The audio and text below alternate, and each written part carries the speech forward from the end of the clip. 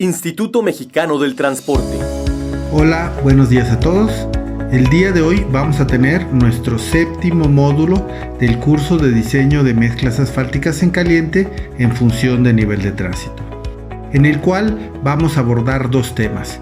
Primeramente, vamos a hablar sobre la selección del contenido de asfalto de diseño, el cual es la conclusión de todos los cálculos de propiedades volumétricas que hemos llevado a lo largo de los módulos anteriores. Después vamos a determinar la fórmula de trabajo y a partir de esta fórmula de trabajo vamos a presentar una evaluación de esta y ver cómo en base a ensayos de desempeño podemos determinar si esta fórmula de trabajo es adecuada. Comencemos con el curso. Comencemos con la primera parte del módulo, el cual está enfocado en la determinación del contenido de asfalto de diseño. Si recuerdan, en el módulo anterior nos quedamos hasta un punto en el cual debíamos seleccionar la granulometría de diseño. Es a partir de ese punto que comenzamos este módulo. Veamos los pasos que debemos de seguir. En esta diapositiva tenemos las granulometrías que se utilizaron para el diseño y sus respectivas volumétricas de cada una de ellas. Si recordamos, en módulos anteriores hicimos toda la evaluación de la granulometría 1 hasta la estimación de las propiedades estimadas. En este punto pusimos los datos de las otras dos granulometrías y ya tenemos el complemento y debemos seleccionar cuál de ellas es la más adecuada. Para esta selección puse unos criterios de referencia, los cuales pueden ser un indicador para seleccionar la granulometría. Esos son como tal, les comento, una referencia. Al final, en este punto de la selección entra el criterio del diseñador y de su conocimiento sobre los materiales de lugar, los tipos de mezclas que pueden utilizar y el proyecto en general. Bueno, siguiendo estas recomendaciones, lo primero que observamos es que la granulometría 3 no cumple con los criterios de volumetría, por lo cual queda descartada, y tenemos dos granulometrías. Tenemos la granulometría 1 y la 2, que están cumpliendo todas las especificaciones y hay que seleccionar una de las dos. Aquí, desde el punto de vista de criterios, podemos ver que ambas cumplen todos los valores y que no hay un problema de características volumétricas que pudiera descartar alguna de ellas. Y lo que podemos ver también es que la granulometría 1 tiene un BAM de 13.2, lo cual la hace una mezcla muy densa. Y en la granulometría 2 se ve un poquito menos densa por los valores de BAM de 14.3. ¿Qué me da esto? Pues que tengo dos granulometrías que cumplen, una que tiene un poquito más de asfalto como es la granulometría 2, y para la selección pueden ser cualquiera de las dos, podrían funcionar. Desde el punto de vista de diseño, yo voy a seleccionar la granulometría 2. Esto es por dos cosas. Primera es para que vean el cambio de los valores que requieren en el diseño. Y la segunda es que la mayoría de los parámetros están, digamos, más acercados hacia el centro de los valores requeridos, ¿no? Y los contenidos de asfalto, aunque es mayor la granulometría 2, está dentro del orden que se espera para este tipo de mezclas. Bueno, una vez seleccionada la granulometría 2, empezamos con la parte del cálculo y la selección del contenido de asfalto de diseño. Dado que la ejemplificación del cálculo previo fue realizado con la granulometría 1, no tenemos datos de referencia de la mezcla 2 o granulometría 2, por lo cual en esta diapositiva les presento los datos que vamos a utilizar para el cálculo.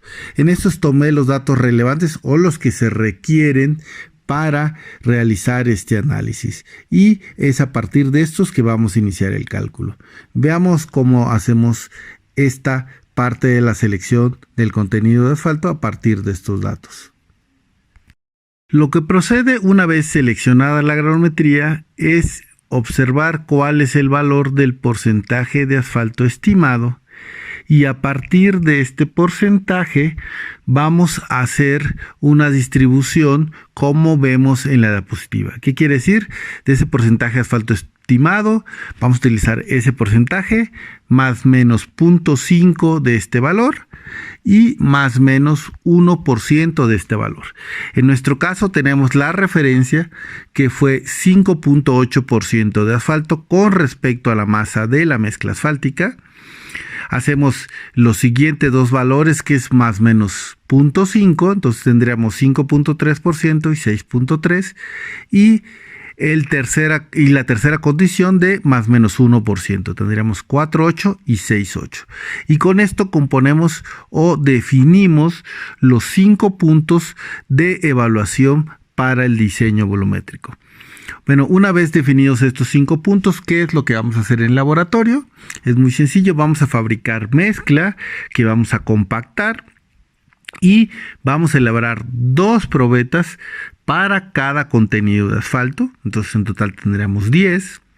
Y en lo que se refiere la mezcla suelta para determinar la gravedad específica teórica máxima, vamos a hacer 2 mezclas. Recuerden que estas no se compactan, se dejan en condición suelta, y a estas 2 solo se van a hacer para un contenido de asfalto, que lo más recomendable es realizarlas para el contenido de asfalto estimado.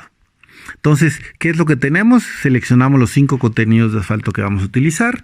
Vamos a fabricar 10 probetas, las cuales vamos a evaluar su gravedad específica bruta de la mezcla. Y después, solo para un contenido de asfalto, vamos a realizar el ensayo de gravedad específica teórica máxima. Esos son los valores de referencia. Ahora veamos los datos, vamos a decir, de esta evaluación cuando ya se realice en el laboratorio, lo cual vemos en la siguiente diapositiva. En la tabla podemos observar los resultados obtenidos de la compactación de las probetas de mezcla asfáltica. Recuerden que dijimos que tenemos 5 contenidos de asfalto y hicimos 2 probetas por cada contenido de asfalto. Aquí tenemos los 10 resultados y vamos a registrar los siguientes valores. El primero es la altura al número de giros iniciales, y el segundo, la altura al número de giros de diseño, y por último, la gravedad específica bruta de la mezcla asfáltica. Recuerden que el compactador giratorio es un equipo automatizado y me registra las alturas a cada uno de los números de giros. Para nuestro caso y nuestro nivel de diseño, como vimos en el módulo anterior, tenemos un número de giros iniciales de 8 y un número de giro de diseño de 100. Y es en base ahí donde extraigo estos valores y los meto en esta tabla. Los valores de GMB o la densidad de la probeta lo vamos a realizar mediante un ensayo, como también hemos visto en módulos anteriores. Una vez que ya contamos con estos datos de compactación, lo primero que vamos a hacer es determinar el factor de corrección. Recuerden cómo lo hicimos en el módulo pasado, que era una relación de alturas. En este momento pongo la fórmula por si tienen alguna duda al respecto. Y en base a esta fórmula vamos a sacar el factor de corrección de cada una de las compactaciones y un factor de corrección promedio para cada contenido de asfalto.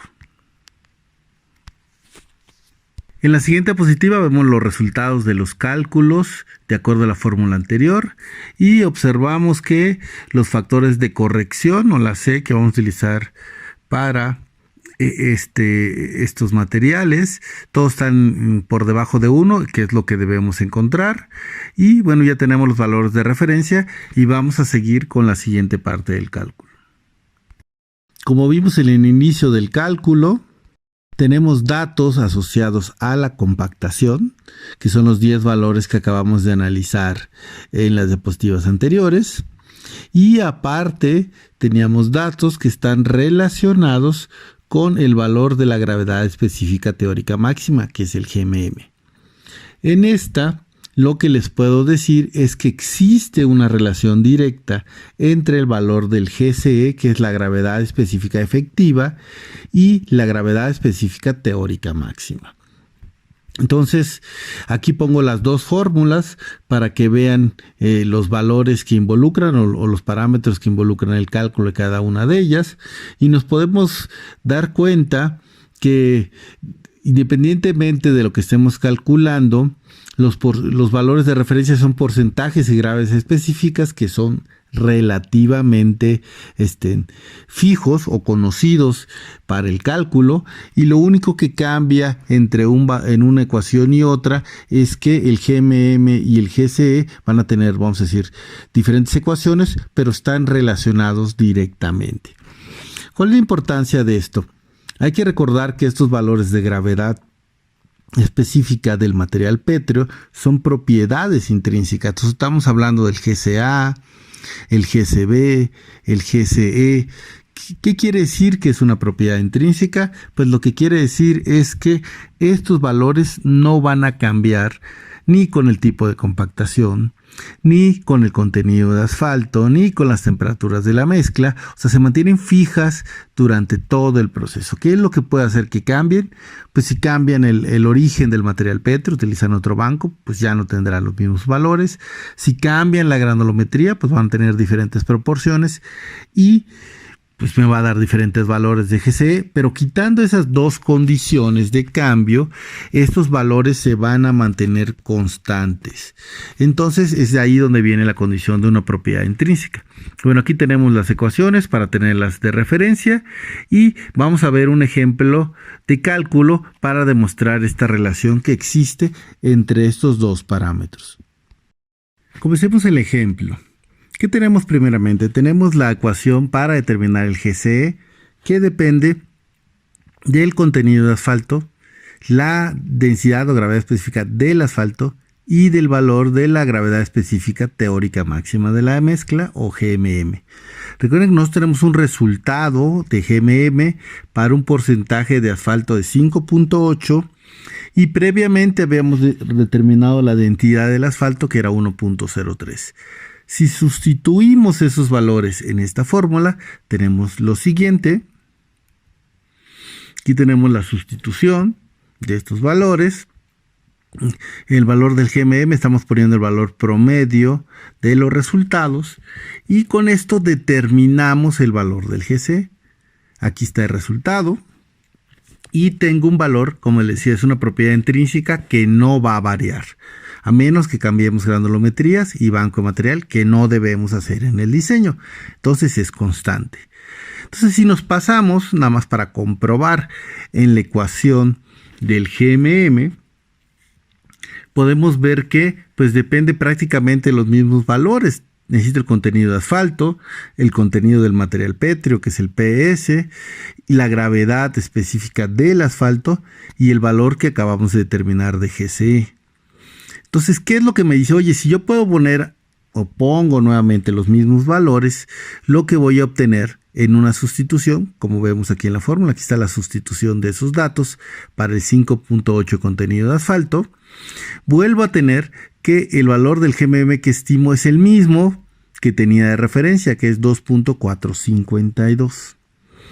Dice, pues qué chiste, ¿no? Estar haciendo y regresando en un punto a otro, pero la idea es muy sencilla. Dice, si yo tengo un valor de GC que es, vamos a decir, seguro o confiable, y lo que realmente estoy variando, pueden ver, es el contenido de asfalto y el contenido de material pétreo, que son lo que estoy marcando ahorita en la diapositiva, yo podría estimar el valor del GMM para cualquier contenido de asfalto y cualquier contenido de material pétreo.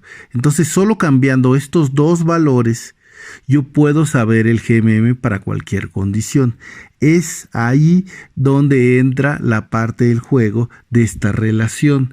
Yo solo estoy haciendo un ensayo de GMM, determino el valor del GCE, que es una propiedad intrínseca, y con ese valor puedo sustituir los demás contenidos de asfalto que están en el diseño y en base a eso estimar sus valores de GMM. ¿Okay? Esa es la idea general de esta parte y cómo podemos llegar a esa sustitución y reducir la cantidad de ensayos que realizamos en el laboratorio. Recuerden que la mayoría de los procesos que estamos viendo son, vamos a decir, ecuaciones o procesos propiamente que lo que tienen como finalidad es reducir el tiempo que tardamos haciendo los diseños en el laboratorio. Bien, podríamos hacer todos los ensayos y sería, vamos a decirlo, más exacto, más real, pero nos llevaría muchísimo más tiempo en el laboratorio y es lo que muchas de las veces no tenemos. Una vez establecido la relación entre el GCE y el GMM, vamos a proceder al cálculo. En la diapositiva observamos la tabla de los cálculos que vamos a realizar. Marqué cada columna con números, nada más es para que tengamos una referencia en cuanto a las fórmulas. Y ya hemos calculado el contenido de asfalto, que es una referencia, el valor de corrección, el valor de GMB, y debemos hacer una corrección para el GMB inicial, que es lo primero que vamos a hacer. Y como segundo punto vamos a calcular el valor del GMM. Ok, para hacer la primera corrección tenemos la primera fórmula que tenemos aquí en la izquierda. La parte de corrección ya la tenemos. Lo que tenemos que multiplicar ahora es el valor del GMB por el factor de corrección y eso me va a dar el valor del GMB al número de giros iniciales, una estimación. En la parte de abajo le puse unos números, lo que quiere decir es, oye, para saber el valor de la columna 3 es multiplicar la columna 1 por la columna 2. Esos son valores de referencia para que no haya pierde cuando ustedes estén haciendo el cálculo de, vamos a decir, solos, ¿no? Porque al final no hay una guía donde yo les pueda responder si están haciendo correctamente los procedimientos de cálculo. Ya se presentan en la tabla los resultados de la determinación del GMB al número de giros iniciales. Aquí tenemos los 5 valores calculados. Y lo que procede es calcular la columna 4, que es el valor del GMM o la gravedad específica teórica máxima. Recuerden, tenemos nosotros el valor de referencia de 5.8. Lo que vamos a hacer es ir variando las cantidades de porcentaje de asfalto y porcentaje de agregado. En este punto lo que podemos decir es que 5.8 ya lo tengo. Ahora voy a estimar, pensemos en otro valor, 5.3. Entonces tengo la misma fórmula que voy a tener y voy a ir cambiando los valores. Voy a tener porcentaje de asfalto de 5.3, el porcentaje de material pétreo va a ser 94.7, el valor de GB vuelve a ser 1.03 y el valor de GCB va a ser 2.680. Si hago el cálculo de este valor, como pueden ver aquí en la fórmula sustituida, lo que me va a dar es el valor del GMM para un contenido de asfalto de 5.3. Entonces, esto es lo que ya tenemos. Vamos a hacer esta determinación para cada uno de los contenidos de asfalto y a partir de eso vamos a tener la estimación de los valores del GMM en base a la ecuación que vimos previamente. Vemos en la tabla los resultados de la estimación del valor del GMM de acuerdo a la fórmula que vimos en la diapositiva anterior. Y ya tenemos ahora todos los valores. Lo que sigue para el cálculo es determinar el grado de compactación al número de giros iniciales. Aquí tenemos la fórmula, como podemos ver. Y si tenemos alguna duda de la referencia, el valor va a ir en la columna 5. Y lo que vamos a hacer es dividir la columna 3 entre la columna 4 y lo vamos a multiplicar por 100. Eso es lo que pueden ver en la pequeña fórmula marcada en rojo que está indicada en la parte inferior. Y esa es nada más referencia para las columnas. Entonces hagamos ese cálculo y ahorita vemos los resultados. Aquí vemos los resultados del grado de compactación, el número de giros iniciales, que es lo que vimos en la diapositiva anterior. Y procederemos al siguiente cálculo, el cual es la determinación de los vacíos de aire de la mezcla asfáltica. La fórmula que vamos a utilizar es la que vemos en la parte inferior izquierda del cálculo del porcentaje de vacíos. Y como referencia tenemos la fórmula inferior que está en rojo, donde dice que lo que vamos a hacer es la columna 4 menos la columna 2 entre la columna 4, y eso lo vamos a multiplicar por 100. Esa es referencia a columnas. Vamos a hacer este cálculo y ver qué resultado nos da. En la tabla vemos los resultados del cálculo de los vacíos de aire en la mezcla asfáltica, el cual vimos el procedimiento en la diapositiva anterior. Una vez ya que tenemos este cálculo, procedemos al siguiente cálculo, que son los vacíos en el agregado mineral. Y para esto tenemos la fórmula, aquí podemos ver en medio. Y esta es una determinación que va en función de la gravedad específica bruta de la mezcla asfáltica, el porcentaje del material pétreo y la gravedad específica bruta del material pétreo, que fue un dato que dimos en el inicio de este módulo, que era una referencia de esta granulometría 2. Puse una referencia abajo que dice va a ser 100 menos 2 veces el porcentaje de material pétreo entre el valor del GCB. Entonces procederemos a realizar el cálculo de este parámetro. Una vez realizados los cálculos de los vacíos del agregado mineral, tenemos los resultados como podemos ver en la tabla, y vamos a proceder al cálculo de los vacíos llenos de asfalto, el cual tenemos la fórmula de la derecha, está en función de los vacíos del agregado mineral menos los vacíos de aire entre los vacíos del agregado mineral. Si sustituimos la fórmula, vamos a tener que es la columna 7 menos la columna 6 entre la columna 7, y ese multiplicado por 100 nos daría el valor de los vacíos llenos de asfalto. Se calculan los vacíos llenos de asfalto y los resultados los vemos en la columna 8 de la tabla que tenemos en la diapositiva, y concluimos esta parte del cálculo de este parámetro volumétrico. Nos faltan dos parámetros que son el porcentaje de asfalto efectivo y la relación Filler asfalto efectivo, que ese es el último valor. Recuerden que para calcular el porcentaje de asfalto efectivo, primeramente debemos calcular el porcentaje de asfalto absorbido. Y a partir de este valor vamos a determinar este porcentaje de asfalto efectivo para cada uno de los contenidos de asfalto. Es importante recordar que el porcentaje de asfalto absorbido es un valor fijo, no va a depender del contenido de asfalto que utilicen. Es la capacidad que tiene de absorción el material pétreo, entonces no depende del contenido de asfalto. El contenido de asfalto efectivo sí va a depender del contenido de asfalto, pero vamos a tener esa proporción. Entonces lo primero es hacer el porcentaje de asfalto absorbido. Una vez que tenemos ese valor, establecemos el porcentaje de asfalto efectivo. Veamos los resultados de este cálculo.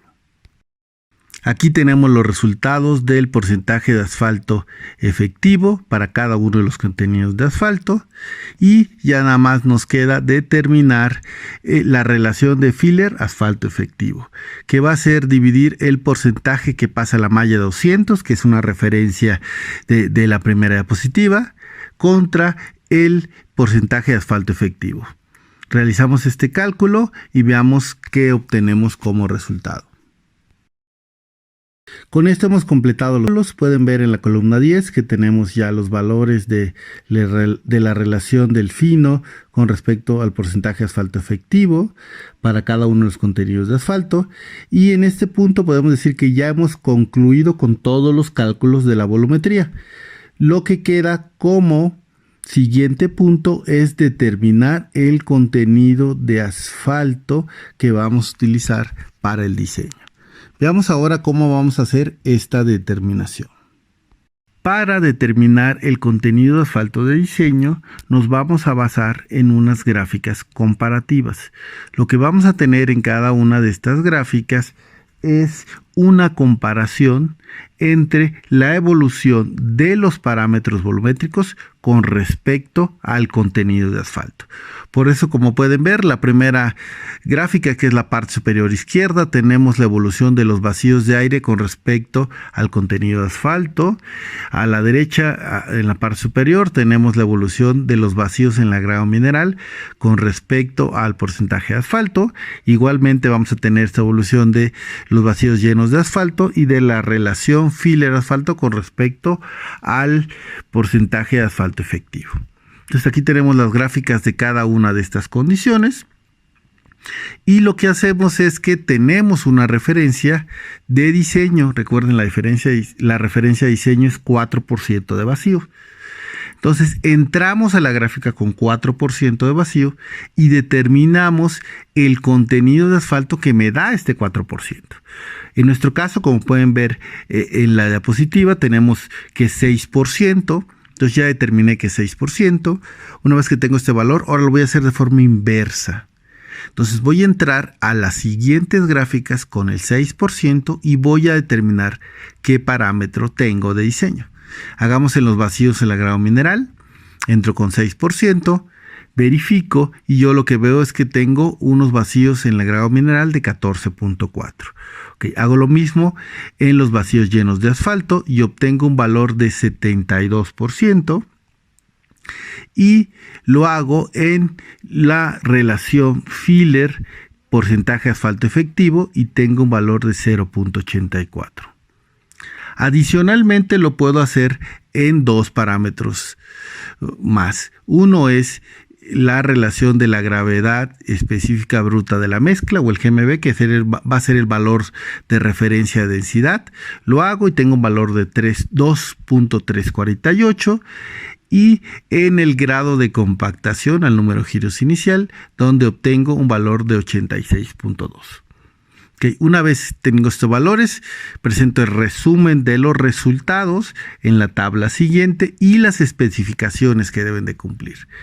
Para nuestro caso, lo que tengo es que la mezcla cumple con los valores requeridos en el diseño. Entonces, para esta condición de ensayo o para esta mezcla que tuve, tengo que la mezcla 2 me da un porcentaje de asfalto de 6% y tengo las propiedades volumétricas que requiero para determinar que este valor es correcto. Aquí la discusión sería sobre este valor de 6%, es que ¿qué pasa si yo tengo 6.1, 5.8, 6.2? ¿Las propiedades volumétricas se volverían a cumplir? La respuesta es sí.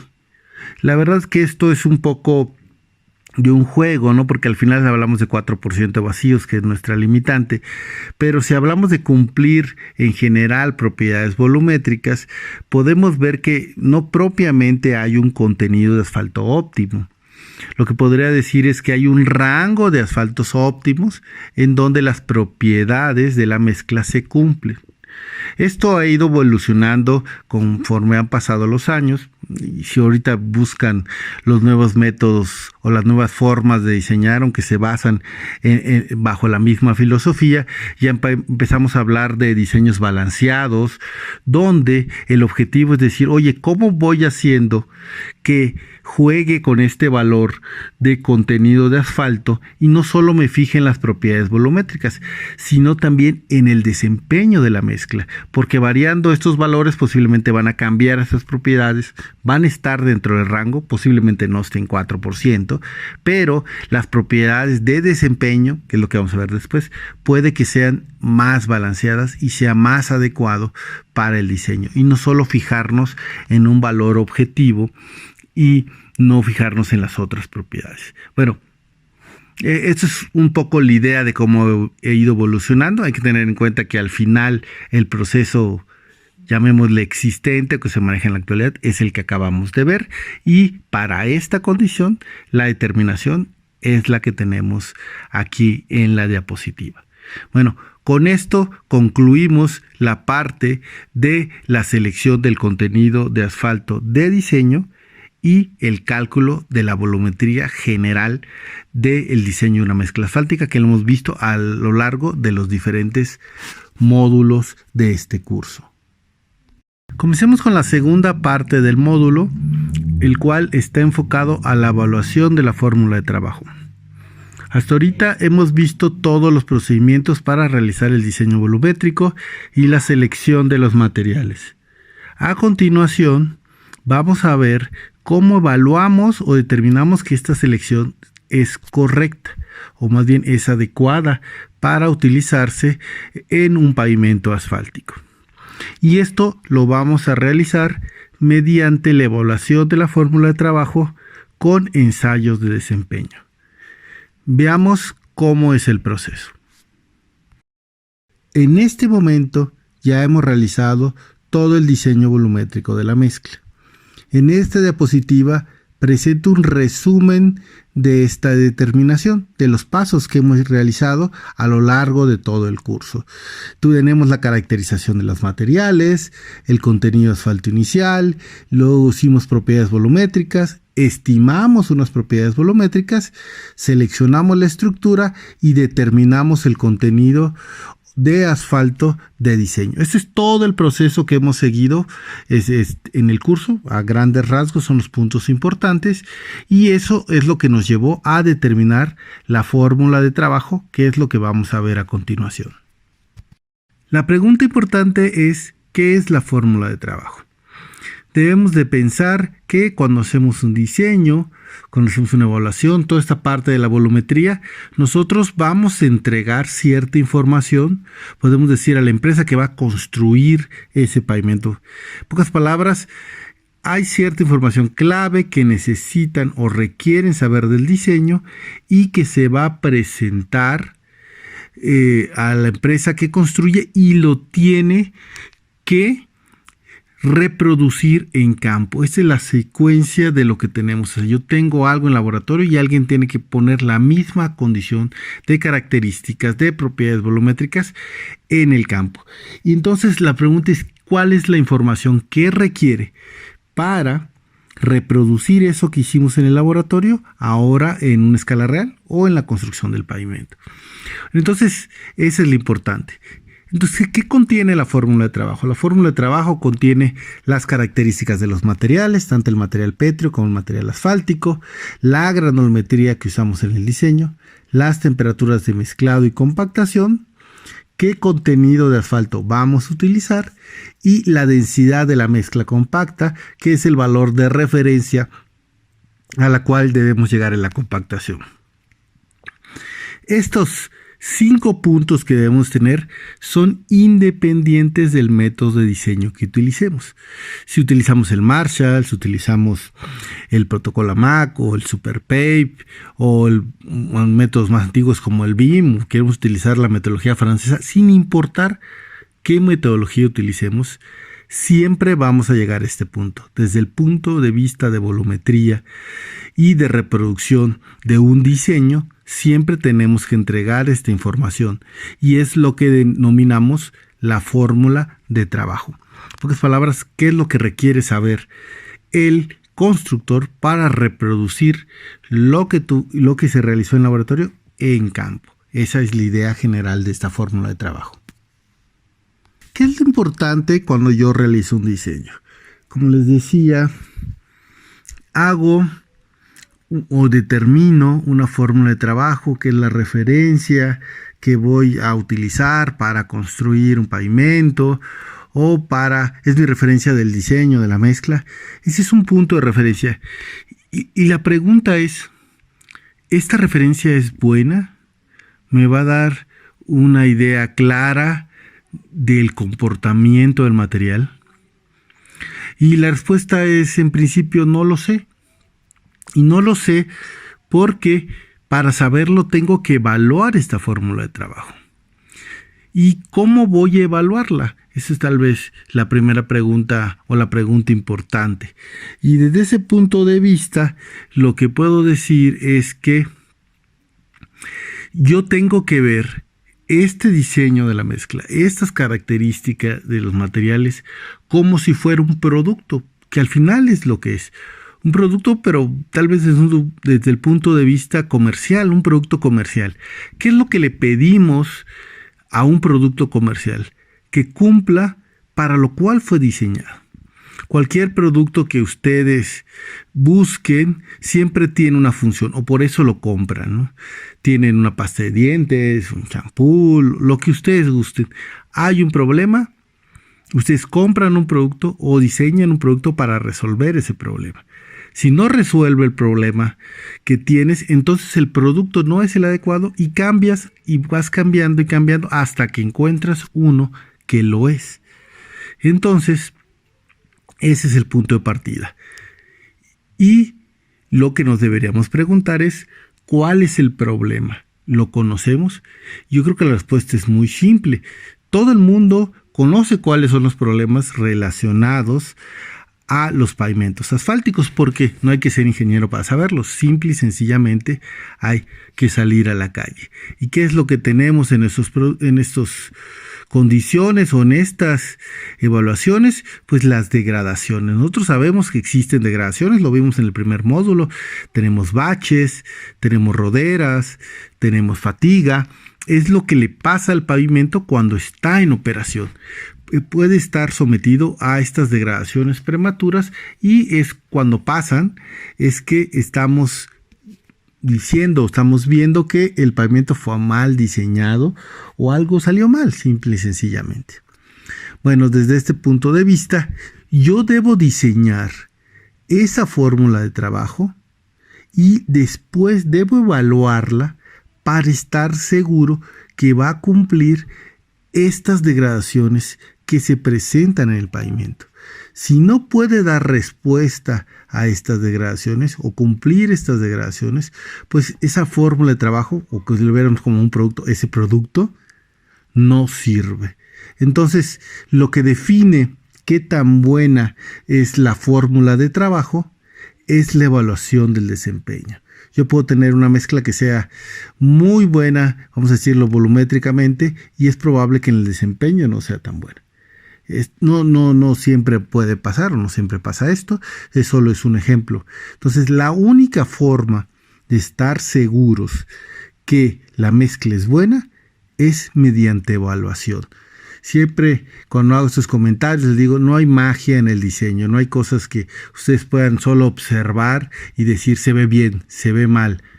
Puede pasar a menos que sea demasiado evidente la falla, pero la mayoría de las fallas en estos diseños no son tan evidentes o no se pueden ver a simple vista. Entonces, la única forma de saber que tenemos una formulación correcta es mediante la evaluación. Si no evaluamos, jamás podemos estar seguros de esta condición.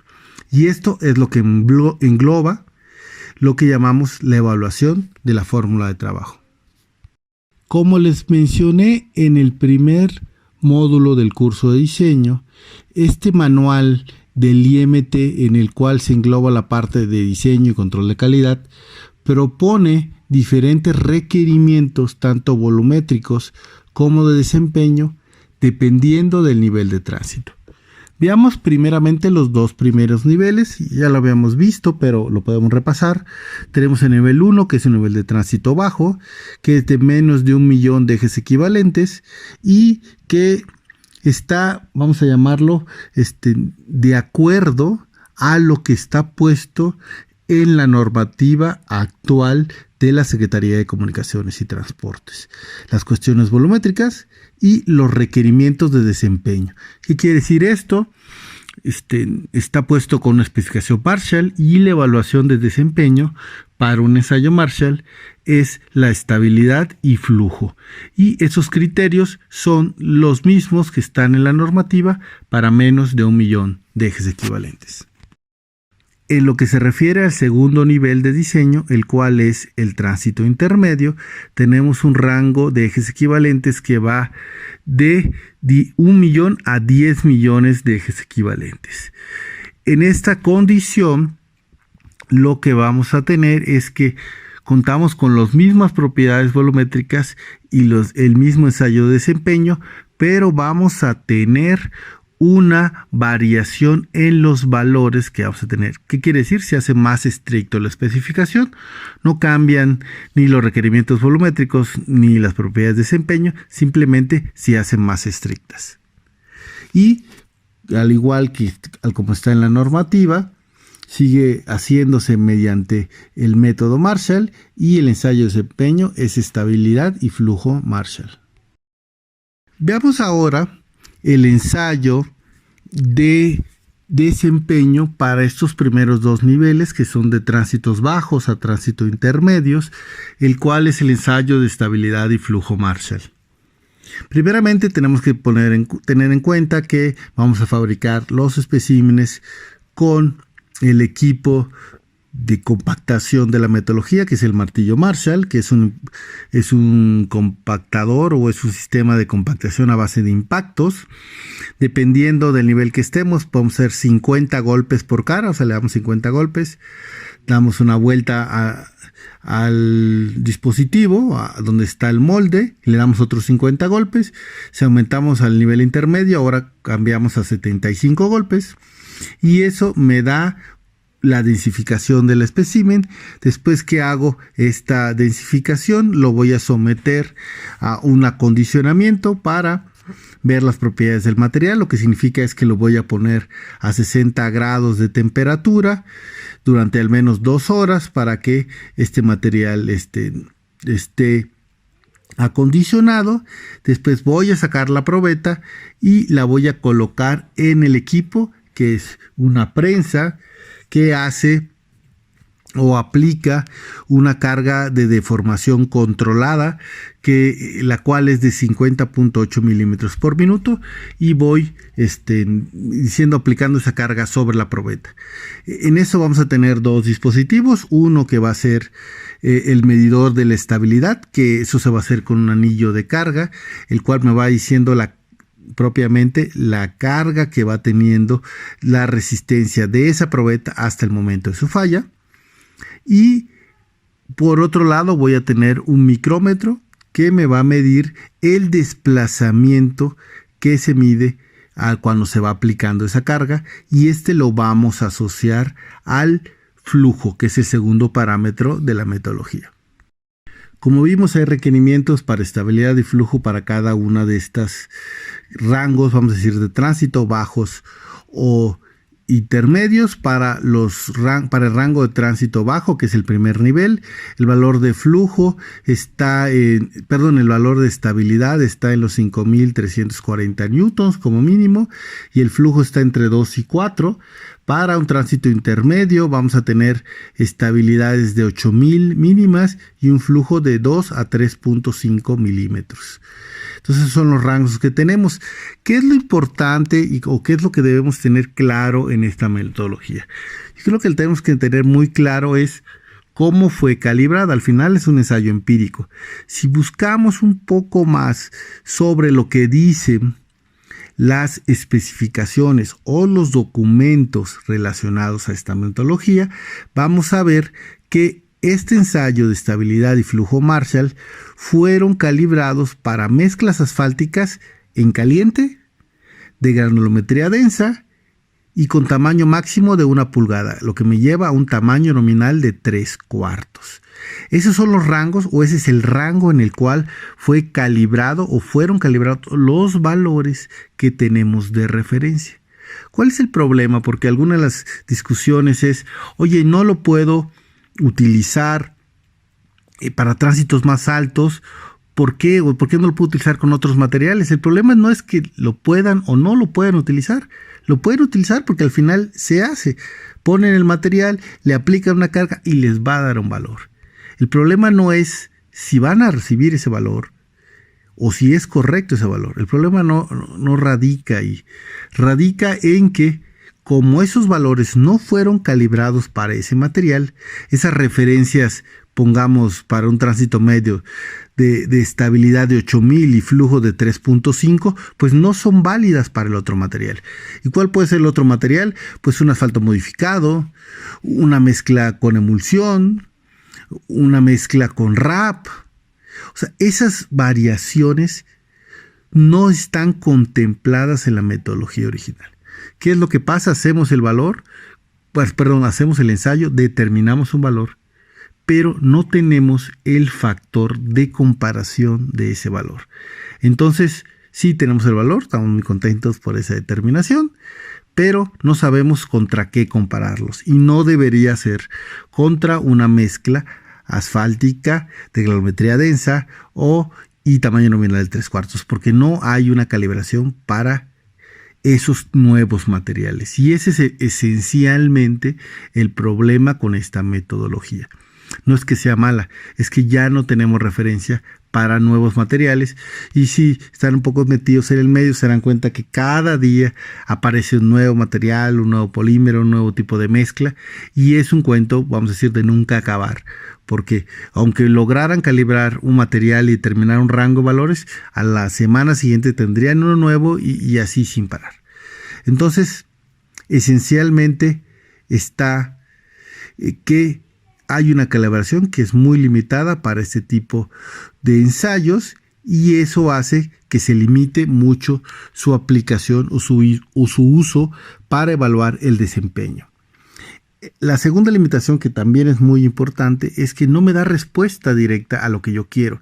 Yo les comentaba en la diapositiva anterior, quiero evaluar la fórmula de trabajo. ¿Cómo evalúo la fórmula de trabajo? Quiero saber si la mezcla es susceptible a baches.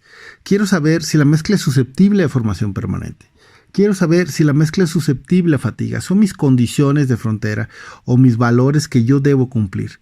O sea, este ensayo no está diseñado para darme respuesta a esto, porque propiamente no es un ensayo de desempeño como tal, como los que vamos a ver después.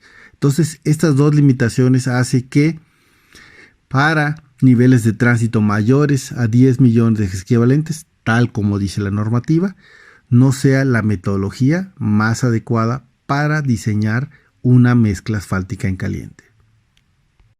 Para niveles de tránsito más altos, ya tenemos que estar hablando de otras evaluaciones. En este caso, si ustedes buscan la normativa de la Secretaría de Comunicaciones y Transportes, van a ver que cuando hablamos de tránsitos mayores a 10 millones de ejes equivalentes, se habla de un diseño especial. No se especifica cuál es ese diseño, pero lo que dice, oye, ya no puedes seguir utilizando el Marcel, como se les mencioné antes.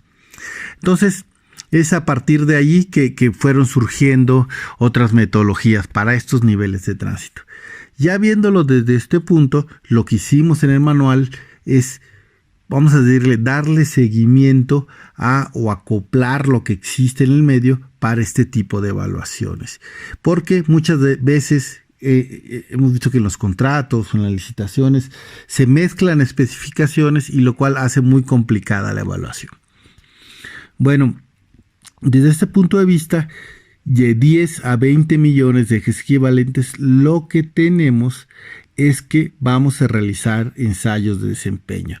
Los dos ensayos de desempeño establecidos son, primero, la susceptibilidad al daño por humedad mediante un ensayo de resistencia a la tensión indirecta. Ahorita vamos a ver los valores, donde se requiere un mínimo de 80% de resistencia retenida, podríamos decirle. Pocas palabras, que no pierda más del 20% de la resistencia original. El segundo ensayo de referencia es la susceptibilidad a la deformación permanente, el cual se hace en una rueda cargada de Hamburgo a condiciones de ensayo específicas, y lo que se espera es tener una deformación o profundidad de rodera inferior a los 10 milímetros, y mediante un proceso de acondicionamiento que también vamos a ver adelante. Bueno, una vez descrito estos ensayos de desempeño, nos vamos a definir cómo se realizan estos ensayos. Como vimos en la presentación inicial de este curso, una de las degradaciones que se presentan en el pavimento son los baches, la cual está asociada a una pérdida de cohesión. Hay que recordar que hay dos fenómenos de este tipo en una mezcla asfáltica. Uno es la adherencia, y ese está asociado a que el material asfáltico se pegue, podríamos decir, al material pétreo, y cuando pasa esto decimos que tiene una buena adherencia. Esa es una condición. Sin embargo, la cohesión es diferente. ¿qué podemos decir? Tengo material pétreo, le ponemos asfalto, lo cubrimos. Tengo otro material pétreo, le ponemos asfalto, lo volvemos a cubrir. Están, digamos, de manera suelta, se produce o se realiza un efecto de densificación. Esas partículas se unen y en medio de esas dos partículas de material pétreo existe una película de material asfáltico. Esa película de material asfáltico lo que crea es una cohesión en la mezcla. Entonces, ¿qué es lo que pasa? Pasan los vehículos, frenan, doblan y esos efectos crean esfuerzos de corte en la mezcla asfáltica. ¿Y qué quiere decir? Bueno, frena el vehículo, aplica este esfuerzo de corte y trata de desprender esta partícula. Y lo que impide que esta partícula se desprenda, o sea, partícula de material pétreo, es la cohesión que se tiene en la mezcla. Generalmente una mezcla bien diseñada debe tener buenas resistencias a la tensión indirecta. Sin embargo, lo que generalmente pasa es que cuando llega la época de lluvias, empieza a entrar agua al pavimento, penetra y reduce esta resistencia a la cohesión que se tiene en la mezcla. Y lo que termina pasando es que es más blanda esa resistencia y cuando se aplican esfuerzos de corte se presentan los primeros desprendimientos. Siempre recordar que estos o todas las degradaciones que se presentan en un pavimento son del tipo exponencial. ¿Qué quiere decir? Ustedes véanlo en la vida real, ven un pavimento, está en perfecto estado, empieza la época de lluvias, 2 días y ¡pum!, aparece un bache, o sea, rápidamente. No llevan una progresión lineal las degradaciones. Entonces siempre hay que tenerlo en cuenta cuando pensamos en degradaciones, pero esencialmente es esa condición, que se reduce la resistencia a la cohesión y eso genera desprendimientos que a su vez se representan en baches en el pavimento asfáltico. Aquí tenemos el comportamiento característico de una mezcla asfáltica. Lo puse desde el punto de vista mecánico de la mezcla. Pueden ver que en el eje de las ordenadas o de las Y tenemos el logaritmo de la deformación que se aplica en el material. Y en el eje de las abscisas o de las X tenemos el número de ciclos de aplicaciones de carga. Y para cada tipo de ensayo tenemos ciertos rangos en el cual se debe realizar esta determinación. Cuando hablamos de ensayos de susceptibilidad de humedad o ensayos de estabilidad de flujo Marshall, lo que tenemos es un tipo de comportamiento no lineal. ¿Qué quiere decir esto? Deformaciones muy grandes en tiempos de aplicación muy cortos. O sea, muy rápidamente se genera una deformación. En este caso, piensen en el Marshall, se rompe la probeta, o en el TCR también se rompe en 2 partes la probeta. Entonces tenemos una carga muy grande en un tiempo muy corto. Y eso es lo que se denomina un comportamiento mecánico no lineal y es donde se asocian este tipo de ensayos. Veamos entonces el ensayo de susceptibilidad a la humedad. Como les dije, este es un ensayo de desempeño. ¿Qué es lo que buscamos en un ensayo de desempeño? Sistemáticamente buscamos 3 cosas. La primera, quiero que me dé la respuesta muy puntual a un fenómeno. En este caso, la acción del agua. La segunda condición es, quiero que me dé esa respuesta y me la dé rápido. No puedo esperar 2 o 3 meses para saber el comportamiento o la acción del agua en una mezcla que voy a colocar. Lo debo saber relativamente rápido, porque si no, no me sirve la información. Y el tercero, que va de la mano de este segundo, es, si yo quiero saber la condición rápida o de manera rápida, lo que tengo es que voy a aplicar acondicionamientos o acciones mecánicas sobre esta mezcla o sobre este, vamos a decir, espécimen de ensayo que no son reales. Entonces, uno de los primeros o de los errores más comunes es creer que estas acciones están, vamos a decir, relacionadas con algo que va a pasar en el pavimento. Y la respuesta es no. Están hechas de tal forma que aceleran un proceso y por lo tanto no son reales. Y aceleran el proceso porque, como les dije en el segundo punto, necesito una respuesta rápida. ¿Ok? Entonces ahorita vamos a ver el proceso de acondicionamiento de las muestras para que entiendan toda esta parte de la selección. ¿Qué tenemos aquí? Tenemos que vamos a fabricar unas probetas con un porcentaje de vacíos de 7%, más menos 1. ¿Qué significa esto? Oye, el objetivo de compactación, vamos a llamarle el óptimo que esperamos en un pavimento, es estar que después de que coloquemos la carpeta asfáltica, el porcentaje de vacíos en esta sea de alrededor de 7%. Y cuando está eso, generalmente tenemos un buen desempeño de la mezcla. Entonces voy a fabricar probetas con ese porcentaje de vacíos porque eso es lo que espero en campo. Y de eso voy a hacer un juego de probetas, o dos juegos más bien. Uno que van a ser las referencias. Pocas palabras, no vamos a hacer nada en esos valores, no van a ser sometidas a un acondicionamiento, simplemente las vamos a probar y ver su resistencia a la tensión indirecta. Y vamos a tener una secuencia adicional de probetas, las cuales las vamos a someter a todo un proceso de acondicionamiento con el objetivo de ver cuál es su desempeño ante estas acciones. Después de someterlas a este proceso, lo que yo quiero saber es qué tanto perdió de capacidad, en este caso de resistencia a la cohesión, esa misma mezcla que fue acondicionada con respecto a las mezclas de referencia o sin acondicionar. Y ahí digo, es algo muy sencillo. Si tuvo una pérdida de resistencia menor al 20%, o sea que hay una retención de resistencia del 80%, yo digo que la probeta o esa mezcla es adecuada, y en este caso es adecuada para soportar la acción del agua cuando forme parte de un pavimento. Esa es en sí la idea general. Ahorita vamos a ver el desglose con unas fotos, pero lo que yo evalúo en sí es un efecto muy particular. Si ustedes ven el equipo, prácticamente es una prensa común, al final es muy similar a la prensa Marshall, de hecho es la misma, solo cambian las mordazas donde se aplica la carga, como pueden ver en la figura. En sí, la prensa va aplicando un desplazamiento, que es un esfuerzo, vamos a decir, como de compresión, pero al estar la probeta en forma diametral, no trabaja el material pétreo.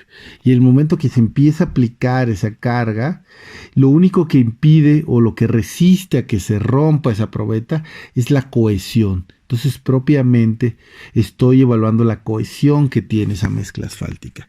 Y en base a esa comparación de cohesiones entre la original y la acondicionada es como determinamos la acción del agua. Veamos ahora el detalle de cómo se realiza el ensayo. Bueno, aquí tenemos el detalle en fotos. ¿Qué es lo que hacemos primeramente? Pues fabricamos un espécimen. Como les decía, depende los especímenes de lo que yo quiero evaluar.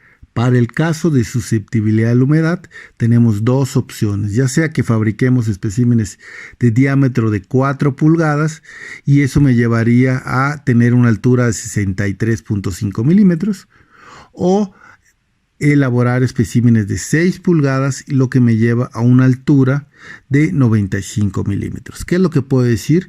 Si evalúan una con 4 y otra con 6, o sea, la misma mezcla con diferentes dimensiones, los resultados de tensión indirecta van a ser diferentes. Generalmente, siempre los valores de ensayos en probetas de 4 pulgadas van a ser superiores a las de 6, siempre. Sin embargo, los resultados de tensión indirecta en probetas de 6 pulgadas son más estables. Generalmente para el diseño se recomienda hacerlo en probetas con diámetros de 6 pulgadas y 95 milímetros, y en el control de calidad es más asociado a probetas pequeñas, pero eso se basa en que quieren extraer menos cantidad de material o crear menos daño al pavimento. Bueno, una vez que ya se tiene la probeta con un 7% de vacíos, se mide para hacer el cálculo, y lo que vamos a hacer es llevar la probeta a una saturación entre el 70 y 80%. Para esto, si ustedes sumergen una probeta solo en un recipiente con agua, no podrían llegar a este valor. Entonces lo que tenemos que hacer es aplicar un efecto de succión o de vacío en este espécimen para que las pequeñas, vamos a decir, burbujas de aire que están dentro de la probeta se salgan y se meta agua al interior. Entonces aquí hay unas fotos. Lo que hacemos es ponemos la la probeta en un recipiente, la llenamos de agua que esté por encima de la probeta y utilizamos el mismo equipo de extracción de vacío que se utiliza en el ensayo de gravedad específica teórica máxima. Se empieza a extraer este vacío, lo determinamos en base a masas, porque calculamos previamente cuál debe ser la masa para lograr un rango entre 70 y 80%. Una vez que se tiene esta condición, vamos a ir a otro proceso de acondicionamiento, el cual vamos a ver a continuación. Una vez saturada la probeta, la envolvemos en un plástico, la metemos en una bolsa, le ponemos 10 mililitros de agua y lo vamos a meter a un congelador. Y esta probeta va a estar a menos 18 grados al menos 15 horas. ¿Qué es lo que hace esto? Como les decía, no simula procesos de que haya, vamos a decir, temperaturas bajas en un pavimento. Lo que va a hacer o lo que simula es que nosotros saturamos la probeta. Una vez saturada, el agua que está al interior de la probeta, al momento de congelarse, va a pasar de un estado de líquido a sólido. En el agua lo que pasa en esta condición es que se expande el líquido. O sea, al momento de solidificarse obtiene un volumen mayor. Entonces va a crear pequeñas fisuras por esa expansión en el interior del espécimen. Entonces, una vez creadas estas fisuras, después de 15 horas de estar congelada, vamos a sacar esa probeta y lo vamos a meter en un baño María a 60 grados durante 24 horas. ¿Qué es lo que pasa? Donde había el agua congelada, se reblandece, ahora hay agua caliente, donde había una pequeña fisura, ahora entra agua caliente que reblandece esa fisura y crea un mayor daño. Después de eso se retira la probeta del baño María a 60 grados, ahora se mete a 25 grados, que es la temperatura de ensayo. Después de que está ya a 25 grados al menos una hora, o sea, entre una hora o dos, no se deben de pasar de este tiempo, la vamos a llevar al equipo, vamos a probarla y vamos a determinar su resistencia a la tensión indirecta. Como pueden ver en las figuras, ponemos la probeta en el espécimen, le aplicamos la carga, se rompe por valores de resistencia, se abre en dos partes y evaluamos los valores de resistencia igual a condición, vamos a decir, física, cómo se ven. Generalmente lo que esperamos cuando tenemos buenas resistencias es que veamos que en algunos puntos pareciera como que se rompió el material pétreo, como pueden ver en la figura. Generalmente cuando no se ve esta rotura del material pétreo, las resistencias son relativamente bajas de este material. Un punto importante a evaluar o a mencionar es que ambos ensayos deben ser evaluados en la misma condición. ¿Qué quiere decir esto? Yo, para evaluar la probeta después de todo el proceso de acondicionamiento, la metí en el agua a 25 grados. Si yo evalúo las probetas de referencia, o sea, sin el acondicionamiento, en condición seca, es probable que me dé valores inadecuados, porque ese efecto del agua va a crear por presiones intersticiales que dé valores ligeramente superiores a los que debería ser. Entonces, lo que se recomienda es que cuando se evalúa, vamos a decir, las probetas no acondicionadas, también sean sumergidas en agua para que estar en la misma condición en la cual voy a evaluar las probetas acondicionadas.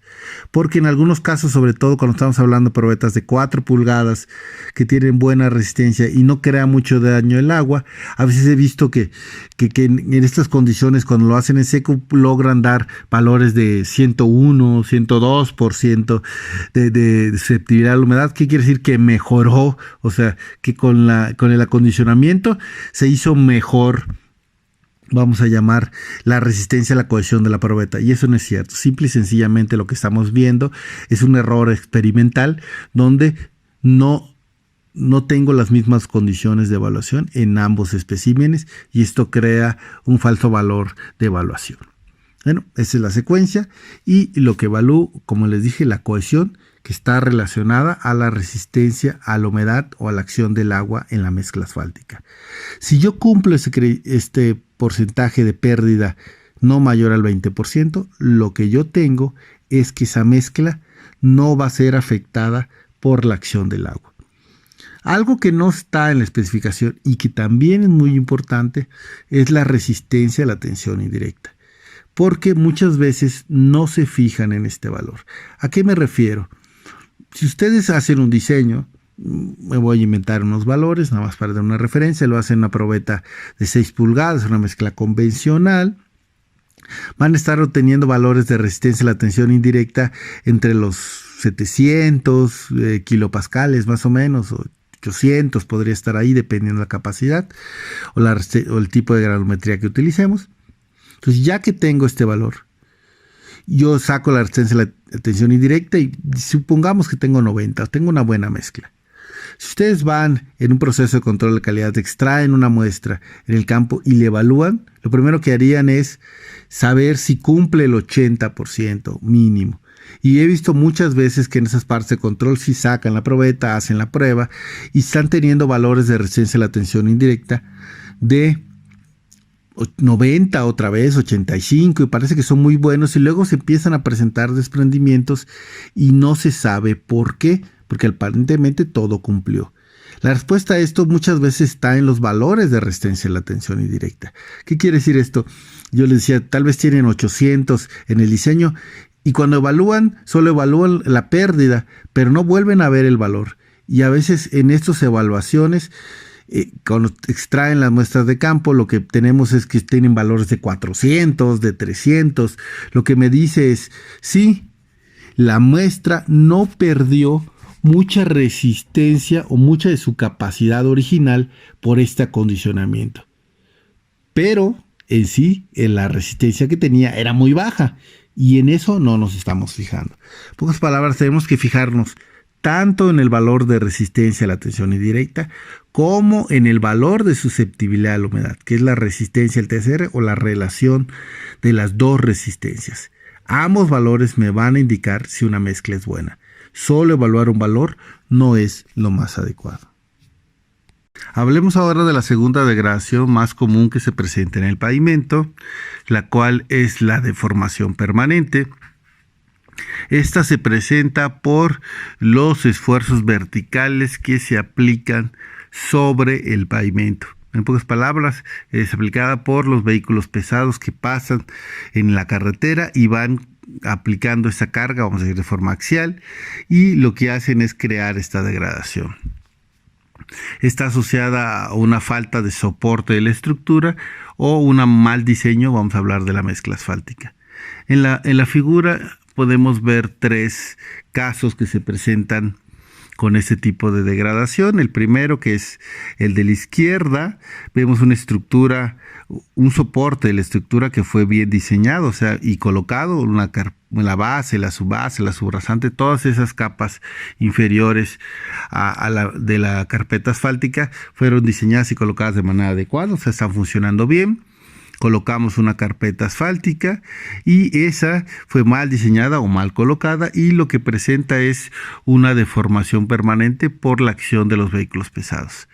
En las 2 subsecuentes lo que vemos es una carpeta asfáltica bien diseñada y colocada. Sin embargo, cuando pasan los vehículos, lo que tenemos es que esos esfuerzos verticales o esas cargas de los vehículos provocan fallas en la estructura del pavimento, pues en las bases, las subbases que no fueron colocadas de manera adecuada o diseñadas de manera adecuada, pueden ser las 2 condiciones, se hunden y lo que hacen al hundirse es que la carpeta asfáltica, hay que recordar, toma la forma de lo que está abajo. Si abajo está deformado, si abajo es irregular, si abajo está agrietado, todas esas fallas en las capas inferiores se van a representar en la capa superior.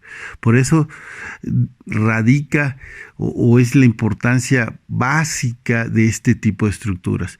Yo debo asegurar que las capas inferiores sean colocadas de la mejor forma, porque eso se va a representar en toda mi estructura y en el desempeño general del pavimento. ¿Por qué es importante esto? Es cuando hablamos de rehabilitaciones, no es lo mismo rehabilitar la capa superior que rehabilitar toda la estructura. Ya estamos hablando de una rehabilitación profunda donde los costos de esta rehabilitación son completamente diferentes.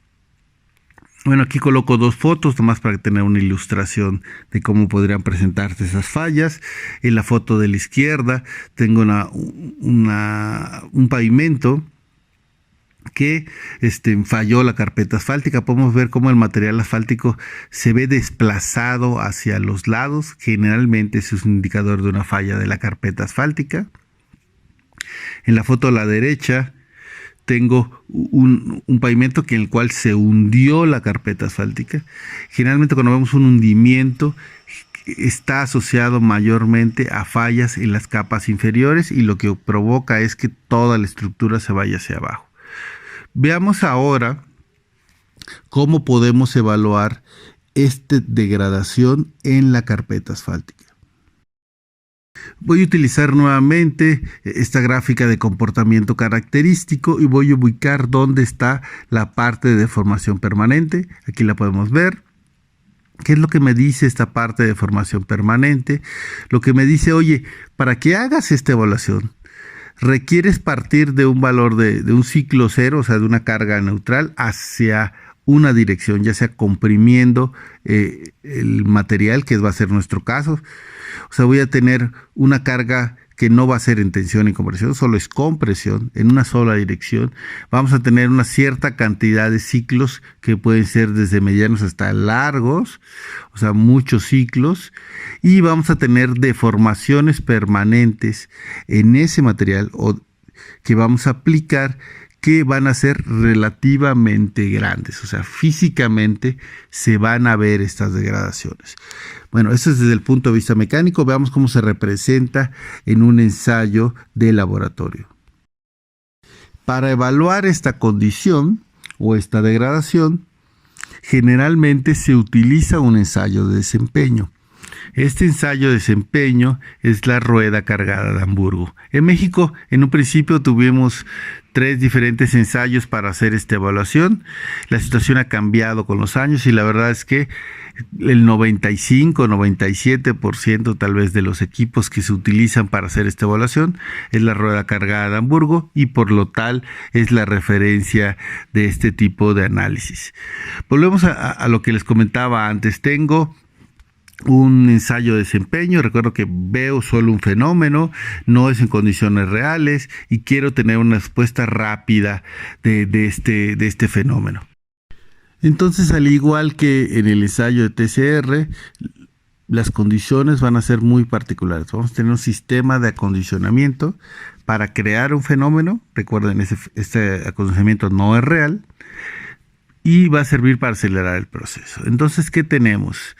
Primeramente, la condición anterior. Necesito tener una probeta con un porcentaje de vacíos que sea similar al que yo espero en campo. Vamos a tener otra vez vacíos entre 7 más menos 1%. Y la diferencia es que voy a aplicar una situación de acondicionamiento muy particular, una temperatura del pavimento de 50 grados, esa se va a transmitir mediante agua. ¿Qué quiere decir? Que ven el equipo en la figura, esa parte se va a llenar de agua, el agua va a estar a 50 grados, vamos a esperar hasta que todo el sistema de las probetas y el agua estén acondicionados a esa temperatura. Y después de eso vamos a aplicar una carga de 705 newtons, la cual se va a aplicar mediante esa rueda metálica, y vamos a aplicar 20,000 repeticiones de carga, que en este caso son 20,000 pasadas de la rueda sobre esa mezcla asfáltica, y esperamos tener una deformación que no sea mayor a los 10 milímetros. Esa es toda la secuencia. Volvemos a decir lo mismo, no son condiciones reales. O sea, no vamos a tener un pavimento que va a estar saturado de agua, ese agua va a estar a 50 grados y le va a pasar una rueda metálica de 70 kilos. Eso no va a pasar en la realidad. Volvemos a decir lo mismo, son condiciones para acelerar el proceso y ver el fenómeno de manera más rápida. Veamos ahora un ejemplo o una descripción mediante fotos de este ensayo. Aquí está el ejemplo de la fabricación de las probetas y de su colocación. Lo que tenemos en laboratorio es que fabricamos, como les comentaba, una probeta 7% vacíos.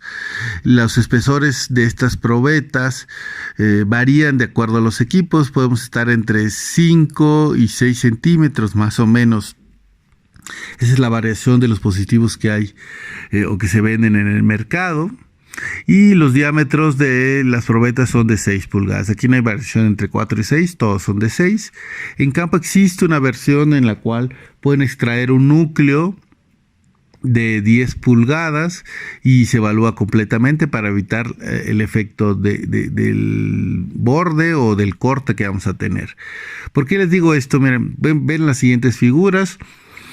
Nosotros tenemos unos moldes para colocar los especímenes, colocamos los moldes, pueden ver ahí que sobresale una parte de la probeta de ese molde. Lo que se corta esa parte, como ven en la siguiente figura, lo cortamos en ambas probetas y se unen. ¿Por qué hacemos este corte?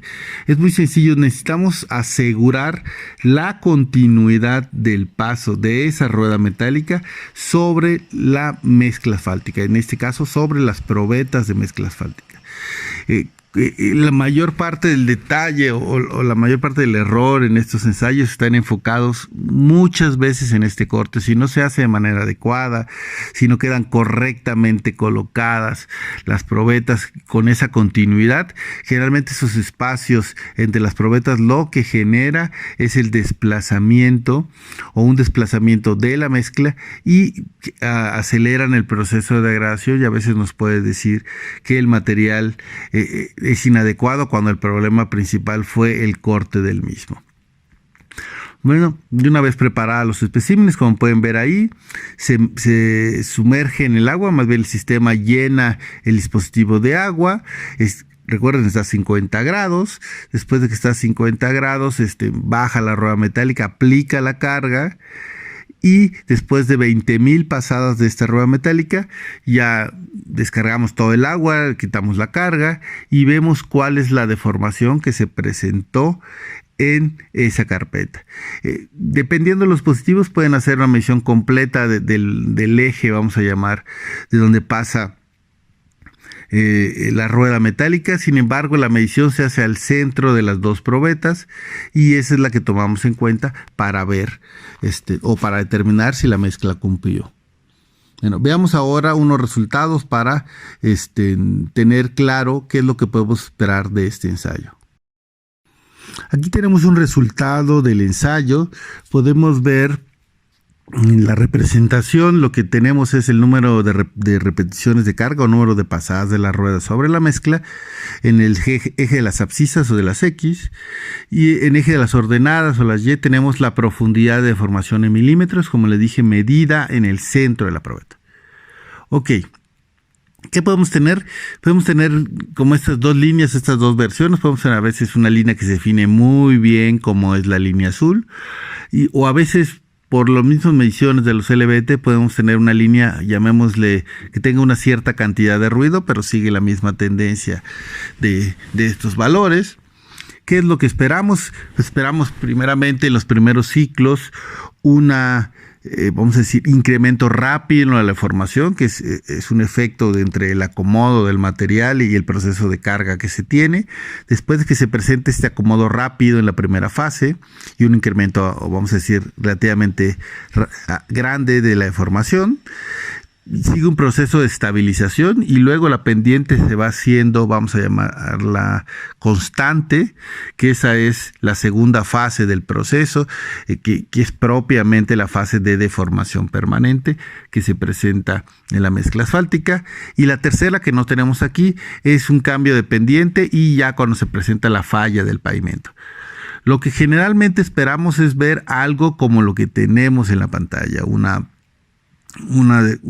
proporción rápida en el inicio, luego una condición constante sin un cambio de pendiente, y a partir de eso podemos medir la deformación.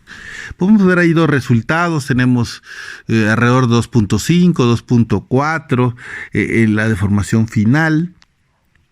Yo he visto que algunas veces tratan de comparar los resultados y dicen, mira, aquí tengo una rueda de Hamburgo de 2 milímetros y aquí tengo una con 2.3 milímetros de deformación. Y dicen, no, la mezcla con 2 milímetros es mucho mejor.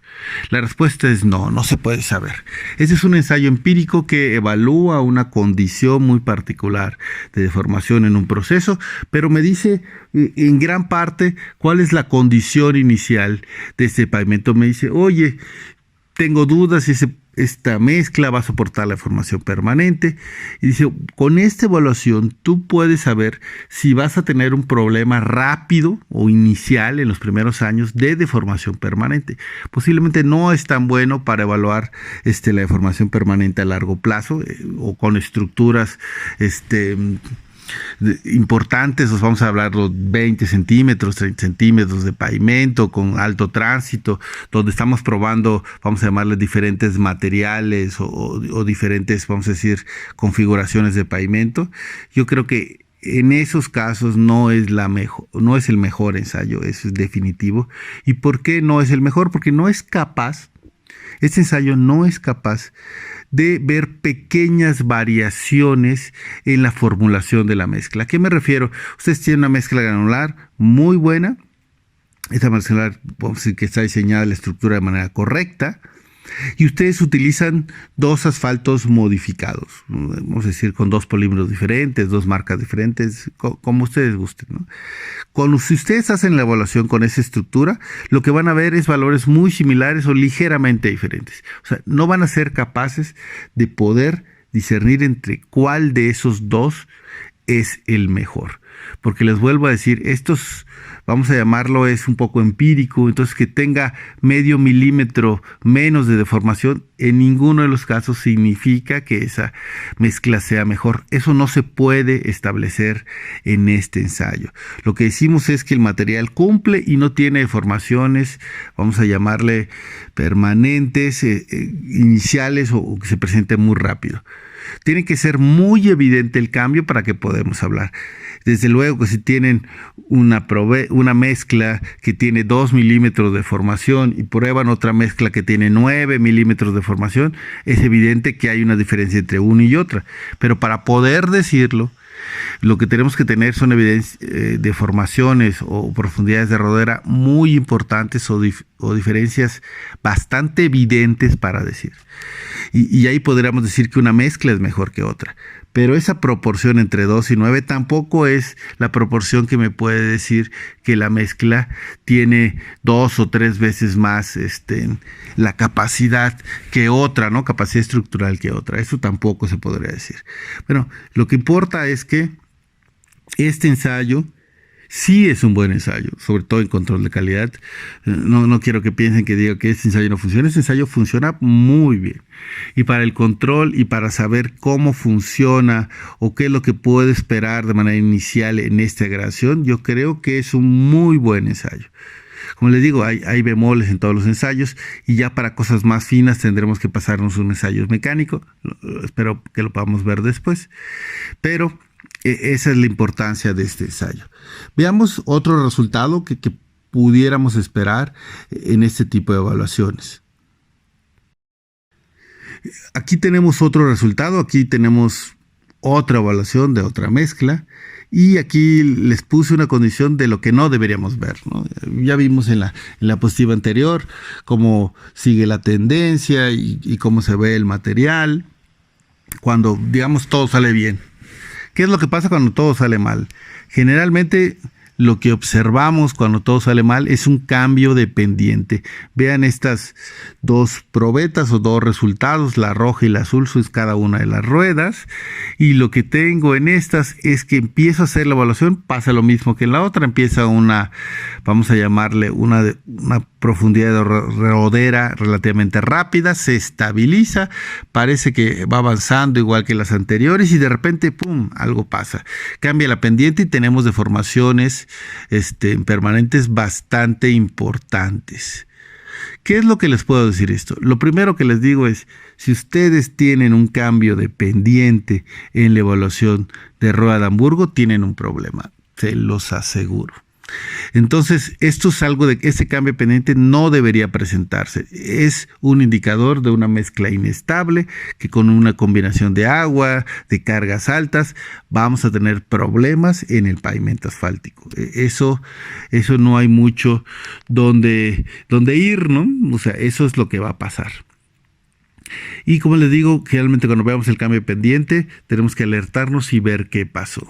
Lo primero que tendrían que ver es revisar si realmente están haciendo correctamente el ensayo, como le dije en los cortes, porque esto puede ser de repente que falla por una mala acondicionamiento o preparación de los especímenes. Si no es el caso, es que tengo una muestra. Aquí tengo unas fotos de cómo se puede ver después de estos ensayos. Prácticamente se destroza el espécimen en la evaluación. Y les decía, si pueden ver la línea azul, se fijan, hubo un cambio de pendiente y la deformación pues al final cumple, porque después de 20,000 pasadas posiblemente está en 9.9 y dice, no, bueno, pues el límite es 10. Y está pasando. Desde el punto de vista, generalmente, aunque esté pasando, si tienen ese cambio de pendiente, no debería ser una mezcla que sea aceptable, porque ese cambio de pendiente y llegar casi al final lo que me indica es que la mezcla es inestable y vamos a tener un problema pues, relativamente a corto plazo. Como les decía, este ensayo es un buen indicador de la evaluación de un pavimento bajo condiciones, vamos a decir, aceleradas, pero me da respuesta del posible comportamiento a corto plazo.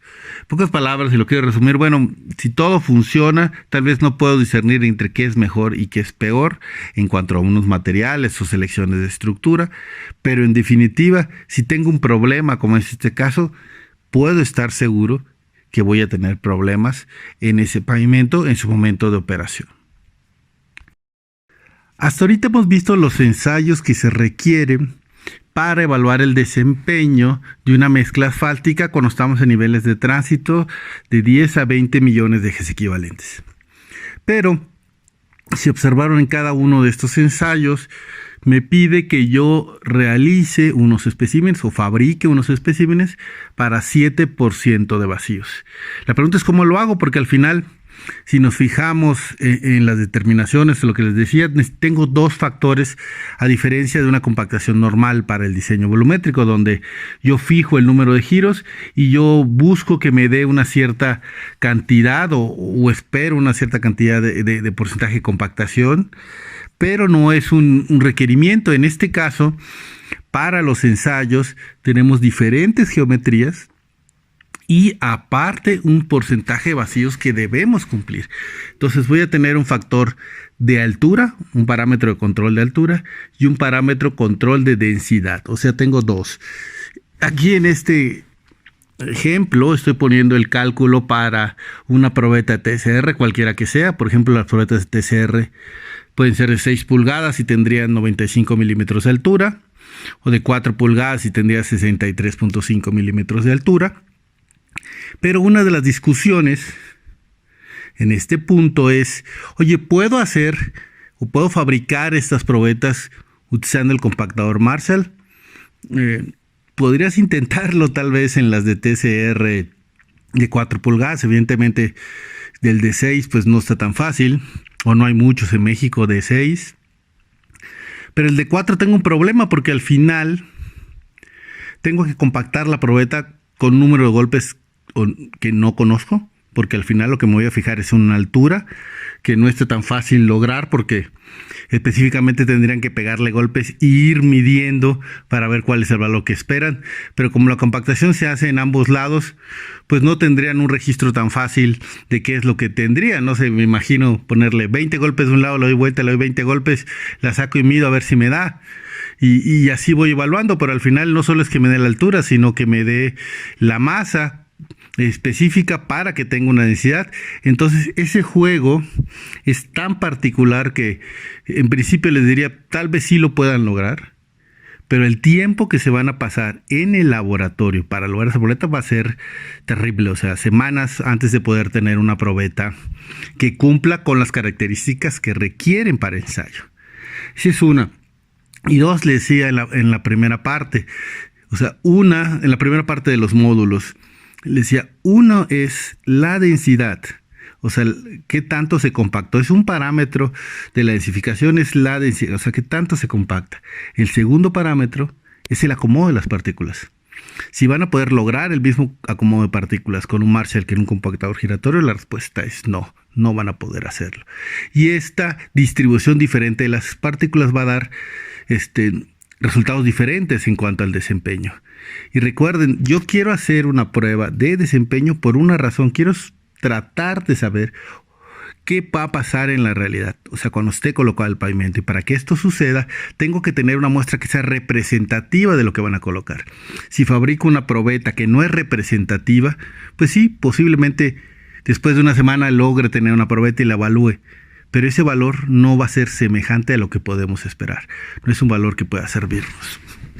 Entonces, nos requerimos hacerlo en un compactador giratorio. Una de las ventajas del compactador giratorio es que tiene dos modos de compactación. Uno es por número de giros, como sería el Marshall por número de golpes, pero tiene una versión que es por altura. ¿Qué quiere decir? Yo fijo una altura y aplica los números de giros que sean necesarios para lograr esa altura, que pueden ser 10, 20, 100, 200, los que quieran, ¿no? Realmente no deben estar en un rango aceptable, pero tengo dos condiciones.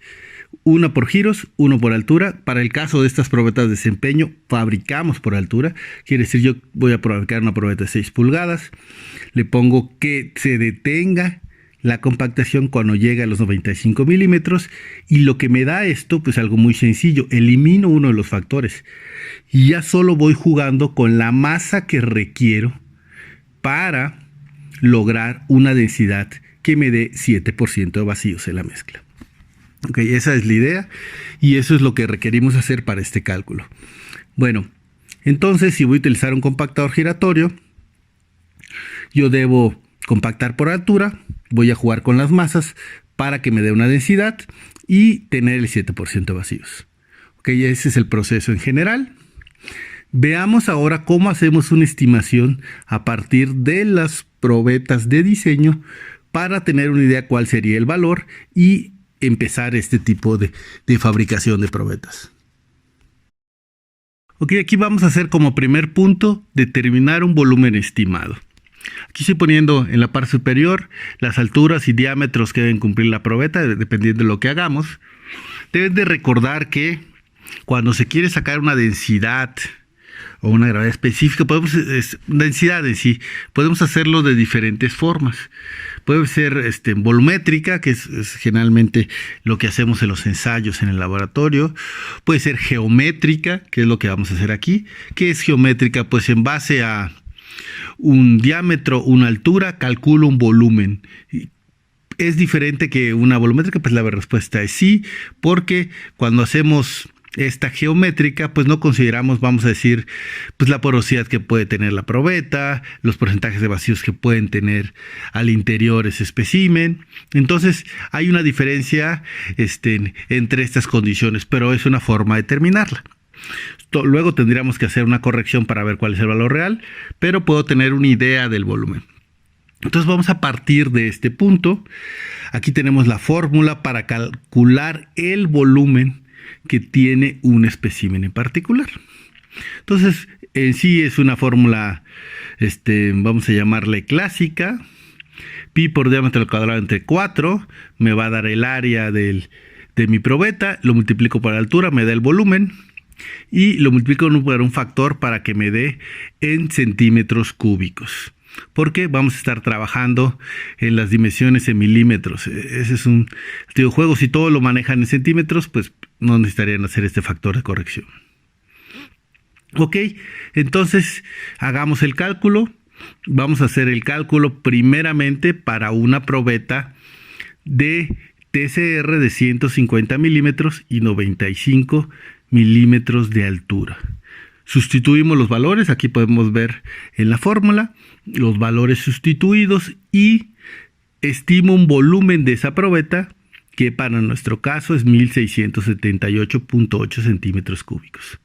Okay, eso es lo que espero tener en volumen para una probeta de este tamaño. Si quiero hacerlo con una probeta de 63 milímetros de altura y 100 milímetros de diámetro, puedo sustituir también los valores. Hago el cálculo y tengo un volumen estimado de 4.94.8 centímetros cúbicos. ¿Qué es lo que hice? En grosso modo, yo quiero compactar o lograr tener unos especímenes con estas dimensiones. Ahorita no tengo la idea muy clara qué es lo que debo hacer, pero por lo menos quiero tener una idea de qué volumen debo alcanzar o debo lograr para estar en estas condiciones. Y es lo que acabamos de determinar. Estimar ese volumen que espero tener. Bueno, sigamos con el proceso de cálculo. Ya determinamos el volumen. Ahora vamos a hacer un factor de corrección. ¿Qué es este factor de corrección? Les digo, tengo un volumen geométrico y quiero sacar algo volumétrico. Sé que no son los mismos. Acabamos de determinar dos valores, que estamos hablando de 1679 y 495 ahí. Pero esos no son reales, son estimados. Y necesito corregirlos. La pregunta es ¿cómo lo corrijo? Mira, es fácil, ¿no? Bueno, no sé si fácil, pero tengo una referencia. ¿Y cuál es esta referencia?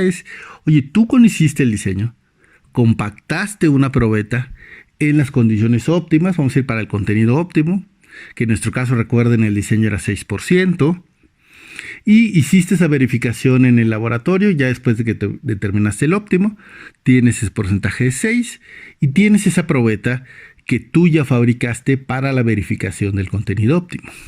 Ok, ya que tienes esa, dices, ¿por qué no hago o determino el volumen de esta probeta que es real?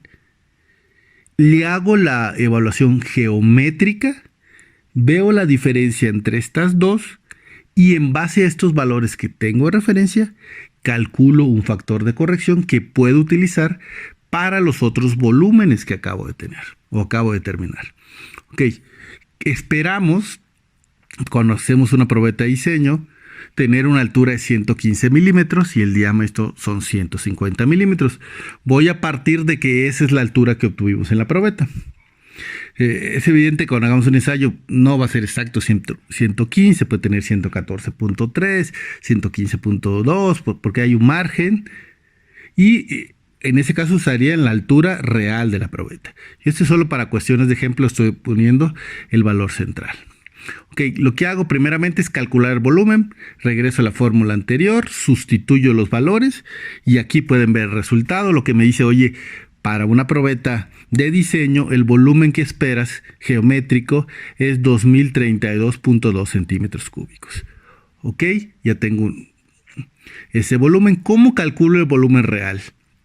Mira, el volumen real es el volumen desplazado que se tiene el agua mediante el ensayo. Ese se puede determinar entre dos masas del ensayo.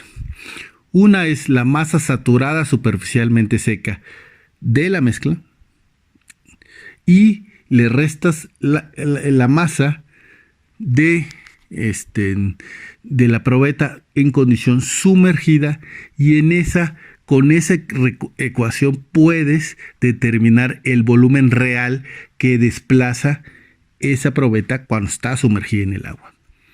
Aquí voy a poner los datos porque no tenemos datos del ensayo. Hago estos valores y lo que tengo es que la diferencia entre esas dos masas es 2010 centímetros cúbicos. Entonces ya tengo la diferencia entre las dos masas. Tengo un volumen de desplazamiento de agua real y tengo un volumen geométrico que es estimado. Tengo dos volúmenes. Entonces hagamos la corrección. Voy a hacer un factor de corrección que es el volumen medido o real entre el volumen estimado. Sustituimos los valores y lo que tengo es que hay una relación de 0.9891. ¿Qué quiere decir? Que el volumen estimado es mayor. Evidentemente, al no considerar los pequeños vacíos que hay en la probeta, pues me da un volumen mayor. Y entonces lo que me dice, generalmente el volumen medido es alrededor del 99% del volumen estimado. Eso es a grosso modo lo que dice. Bueno, ya tengo un factor de corrección el cual puedo utilizar. Pongamos que quiero hacer o quiero estimar la masa que requiero para obtener una probeta de TCR de 6 pulgadas con 95 milímetros de altura. Entonces aquí les pongo la ecuación. Ya tengo el volumen estimado. Recuerden que lo calculamos en la diapositiva anterior. Era 1678. lo multiplico por el factor de corrección que tengo de referencia de 0.9891 y lo que obtengo es que corregí el volumen y ahora tengo un volumen de 1650.5. Bueno, regresando para que tengan la idea y les quede claro, yo sabía que el volumen geométrico no era real, pero no tengo un factor de corrección para estas probetas que quiero fabricar. Entonces me voy a basar en el factor de corrección de algo que ya hice, porque para eso tener algo real para hacer este factor de corrección. Entonces utilicé ese factor y lo voy a utilizar en mi probeta. Si ese factor es el adecuado para esta, es muy probable que no lo sea. Y también es muy probable que cuando hagamos esta determinación no nos dé a la primera. Pero vamos a tener una probeta nueva con un volumen más cercano al que requiero. Si vuelvo a seguir este proceso, voy a estimar ahora un factor que es más adecuado y lo más seguro es que en la segunda elaboración de la probeta ya tenga una masa que me va a dar los requerimientos que yo necesito. Ok, sigamos con la última parte del cálculo. En ese punto ya estimamos un volumen, ya lo corregimos y voy a la última determinación, que es saber cuál es la masa que requiero. Y para esto yo tengo que requiero 7% de vacíos de aire, o que es visto desde otro punto de vista, 93% del valor de la densidad teórica máxima de la mezcla asfáltica, el valor de GMM. Ok, para tener un valor de referencia, hago el ensayo, realizo el valor de GMM, tengo una referencia, aquí estoy poniendo un valor nada más de referencia, que sería el valor del ensayo, 2.500 puso como referencia. Entonces, si 2.500 es el 100% de compactación, ¿cómo podría saber el 7%? Pues muy fácil, multiplico 2.500 por 0.93 y me dice que para tener 7% de vacíos, debo tener una probeta o debo compactar una probeta que tenga una densidad específica bruta de la mezcla, un GMB, de 2.325. O sea, si tengo este valor, voy a tener 7% de vacíos. Que ya estoy en el rango. Entonces recuerden que vimos en módulos previos que hay una relación directa entre tres factores: gravedad, masa y volumen. La masa entre el volumen es una gravedad, pero conociendo dos de estos puedo conocer el tercero. En nuestro caso, ¿qué es lo que tengo? Yo tengo la gravedad y tengo el volumen. Si cambio esta fórmula y la despejo en función de eso, puedo conocer la masa. ¿Qué es lo que voy a hacer? Aquí les pongo la fórmula. La masa va a ser igual al GMB por el volumen corregido. Si sustituyo los dos valores, recuerden, tengo un GMB de 2.325 y un volumen corregido de 1660.5. Multiplico y lo que tengo es que para lograr este volumen necesito una masa de 3.860.7 gramos de la mezcla. O sea, estamos hablando de la mezcla, ya habrán o sacarán la distribución entre cuánto es material petro y cuánto es material asfáltico, dependiendo del contenido de asfalto. Pero en este proceso lo que hicimos es estimar cuál es el valor. Como les decía, es probable que este valor, digamos, no dé, si lo quieren ver así. Puede ser que no dé el valor, pero ya voy a tener un valor mucho más cercano. En la siguiente estimación volveré a sacar esta probeta, ya tendré su altura, su diámetro, puedo calcular su volumen geométrico, su volumen real. Con base a esto saco un nuevo factor de corrección, vuelvo a hacer el análisis sobre este espécimen y determino un factor de corrección más real, porque ya está ajustado a estas dimensiones. Y es muy probable que la segunda evaluación ya tenga una masa adecuada y cuando lo compacte ya tenga la probeta que yo requiero para este tipo de aplicación. Lo hicimos para una probeta TCR con 6 pulgadas de diámetro. Podemos hacerlo para una de 4. Podemos hacerlo para una probeta de Roa de Hamburgo, que son igual de 6 pulgadas, pero pueden ser 5 centímetros, 6 centímetros. Eso va a depender de la geometría que tengan en el equipo de laboratorio. y determinaré la masa, pero el proceso es exactamente lo mismo y me da una referencia de este valor. Y es así como preparo mis probetas para los ensayos que les describí previamente. Con esto hemos terminado nuestro 7º módulo del curso de diseño de mezclas asfálticas en caliente en función del nivel de tránsito. Hemos visto a lo largo de los diferentes módulos todos los procesos para calcular las propiedades volumétricas de la mezcla asfáltica y definir la fórmula de trabajo. En este último módulo hemos visto cómo evaluar esa fórmula de trabajo en base a ensayos de desempeño. Hablamos para niveles de tránsito bajo, utilizar el Marshall, de tránsito alto, ensayos como TCR y Hamburgo, lo cual engloban el concepto general de diseño, el cual es: no solo necesito una fórmula de trabajo, necesito estar seguro que esta es la adecuada para los requerimientos del pavimento asfáltico que voy a construir. Bueno, les agradecemos su tiempo y estamos en contacto. Instituto Mexicano del Transporte.